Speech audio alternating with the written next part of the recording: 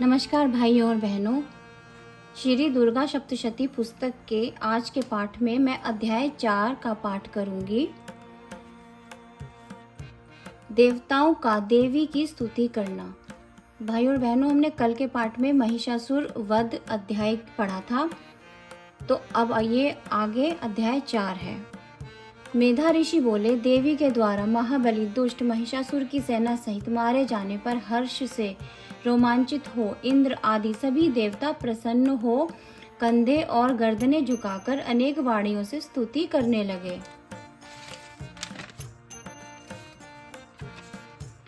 जिस देवी ने यह सारा संसार अपनी शक्ति से उत्पन्न किया, जो संपूर्ण देवों की शक्ति पुंज है, उन समस्त देवों और महर्षियों की पूज्य उस अंबिका देवी को हम भक्ति से नमस्कार करते हैं। वह हमारा कल्याण करे। जिसके अनुपम प्रभाव और बल का विष्णु, ब्रह्मा और शिव जी भी वर्णन नहीं कर सकते, वह चंडिका देवी सारे संसार के पालन और अशुभ भय के नाश के लिए प्रेरित है। जो देवी पुण्यात्मा पुरुषों के घरों में लक्ष्मी, पापात्माओं के घरों में दरिद्रता, ज्ञानियों के हृदय में बुद्धि, सत्पुरुषों में श्रद्धा, कुलांगनाओं में लज्जा समान है। हे देवी, हम सब आपके सामने नतमस्तक हैं। इस संसार की पालना करो। हे देवी, तेरे इस अचिंत्य रूप, असुरों की नाशक शक्ति तथा देवों और असुरों के सामने संग्राम में किए हुए तुम्हारे अद्भुत चरित्रों का हम कैसे वर्णन करें।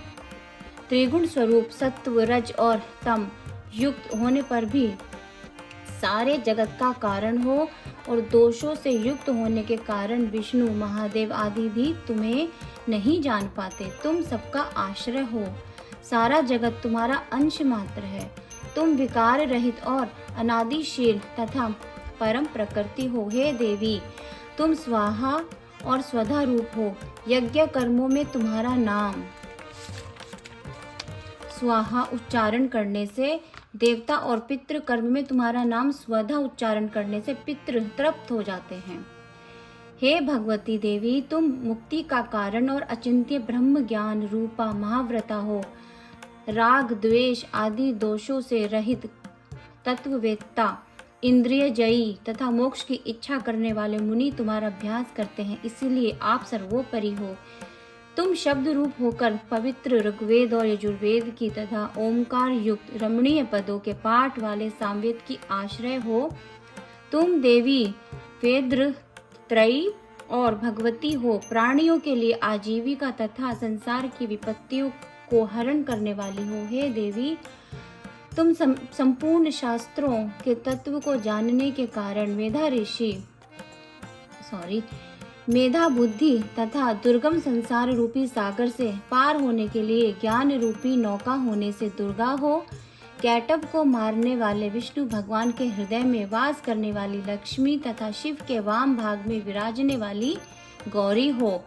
तुम्हारे मंद मंद मुस्काते हुए पूर्णिमा के चंद्रमा के समान निर्मल तथा स्वर्ण के समान कांतिमान मुख को देखकर महिषासुर ने क्रोध से प्रहार किया। यह कितना आश्चर्य है। हे देवी, तिरछी भौहों से भयानक तथा कुपित उदय काल के चंद्रमा के समान छवि युक्त मुख को देखकर महिषासुर ने तत्क्षण प्राणों का त्याग नहीं किया। इसमें अत्यंत आश्चर्य है, क्योंकि कुपित यमराज को देखकर कौन जी सकता है। हे देवी, आप प्रसन्न हो जाइए। आप संसार के लिए हितकारी हैं, परंतु कुपित होकर शीघ्र ही कुलों को नष्ट करने हारी हैं। आपने महिषासुर के महान बल को शीघ्र नष्ट कर दिया। इससे हमने अब आपके इस स्वभाव को जाना। हे कल्याणकारिणी देवी, जिन पर आप प्रसन्न होती हैं वे ही संसार में कुशल हैं। वे ही धन और यश से युक्त हैं। उन्हीं में धर्म के सारे लक्षण मिलते हैं। वे ही धन्य हैं तथा पुत्र, स्त्री और भृत्यों से भरपूर होते हैं।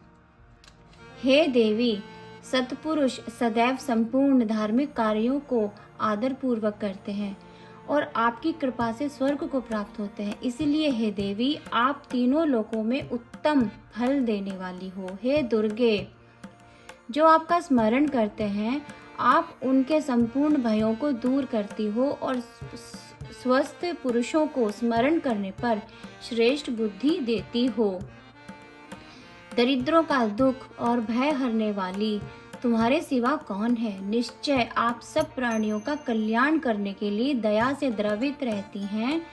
असुरों के मारे जाने से सारे संसार को सुख मिले तथा बहुत समय तक जो उन्होंने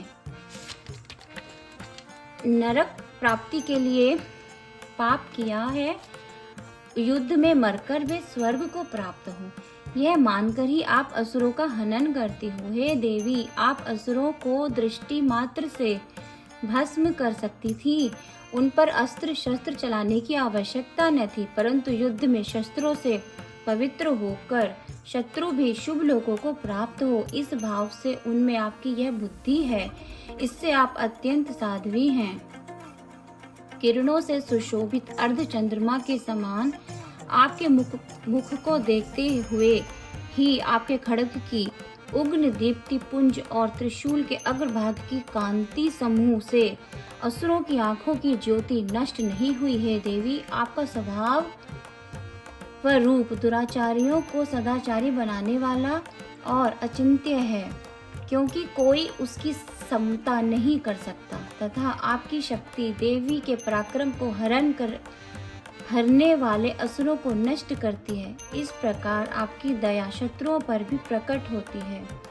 हे वरदायिनी देवी, तीनों लोकों में आपके इस पराक्रम की तुलना किससे की जाए? आपके समान शत्रुओं के लिए भयदायक तथा मनोहर स्वरूप किसका है? सदैव चित्त में कृपा तथा युद्ध में निष्ठुरता, ये दोनों बातें एक साथ तीनों लोकों में आप में दिखाई देती हैं। हे देवी, युद्ध में शत्रु नाश के द्वारा तीनों लोकों को आपने बचाया तथा शत्रुओं को मारकर स्वर्ग को पहुंचाया। असुर जन्य हमारा भय दूर किया, आपको नमस्कार है। हे अंबिके देवी, शूल, खड्ग, घंटा, शब्द तथा धनुष की टंकार से हमारी रक्षा करो। हे चंडिके, पूर्व और पश्चिम, उत्तर और दक्षिण चारों दिशाओं में आपने त्रिशूल को घुमाकर हमारी रक्षा करी। आपके जो सौम्य तथा अत्यंत घोर रूप तीनों लोकों में विचरते हैं, उनसे हमारी तथा संसार की रक्षा करो। हे अंबिके, खड्ग, शूल और गदा आदि जितने भी अस्त्र आपके हाथ में हैं, उनके द्वारा सब ओर से हमारी रक्षा करो। मेधा ऋषि बोले, इस प्रकार देवी ने जगतधात्री देवी का स्तवन तथा नंदन वन के पुष्पों तथा गंध लेपन द्वारा पूजन किया और देवताओं ने भक्ति पूर्वक धूप से अर्चन किया। तो प्रसन्न मुख देवी ने कहा, देवी बोली, हे देवताओं, अभीष्ट वर मांगो। देव बोले, आपने सब कुछ किया है, कुछ भी करना शेष नहीं रहा, क्योंकि आपने हमारे शत्रु महिषासुर को मारा। फिर भी हे महेश्वरी, यदि आप वर देना चाहती हैं तो आप कृपा कर जब भी हम आपका स्मरण करें, आप हमारे कष्टों का निवारण करें।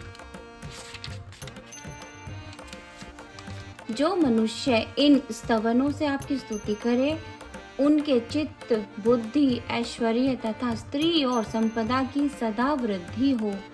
और हे अंबिके, हम पर सदा प्रसन्न रहना।